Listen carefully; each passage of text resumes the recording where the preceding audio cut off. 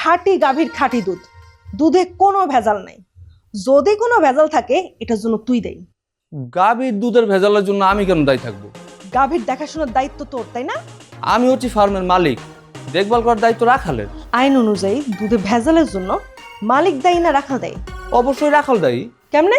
রাখাল গরু গাভী যা কিছু আমরা পালি সব কিছু দেখভাল করে, গরু কি খায় না খায় সব কিছু হিসাব রাখে, তো রাখাল দায়ী।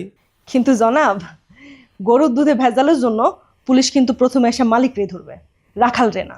ঠিক আছে, কালকে সকালে ঘুম থেকে উঠেই ফার্মের যত গরু গাভী আছে সব বিক্রি করে দিন। বিক্রি করে দিবা মানে? তুমি কি মনে করছো তুমি গরু বিক্রি করে দিলে তোমার শান্তি চুক্তি শেষ হয়ে যাবে? হ্যাঁ, তোমার কাছে আল্লাহর দোহাই লাগে, শান্তি চুক্তি এইসব জিনিস বন্ধ করে আসো আমরা একটু শান্তিতে সংসার করি। শান্তি চুক্তি করেও সংসারে কোনো শান্তি নেই।